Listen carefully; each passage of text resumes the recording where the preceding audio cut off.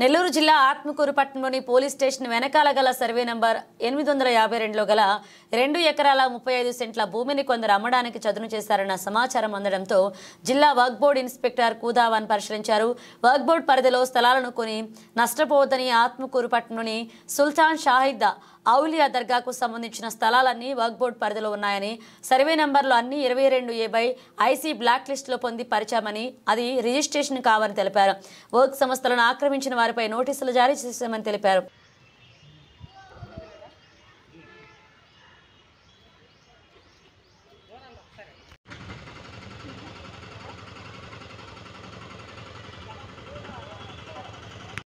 वो फोटो है नहीं, इसे लगा डालना। मैं है इंडिविजुअल से रिपोर्ट आप ఈ ల్యాండ్ను కొంతమంది అమ్ముకొని సొమ్ము చేసుకోవటానికి ప్రయత్నాలు జరుగుతున్నాయి అంట. అమ్మటానికి ప్రయత్నాలు చేస్తున్నారని తెలిసి ఒక్కడు ఇన్స్పెక్టర్ వచ్చి ఇలా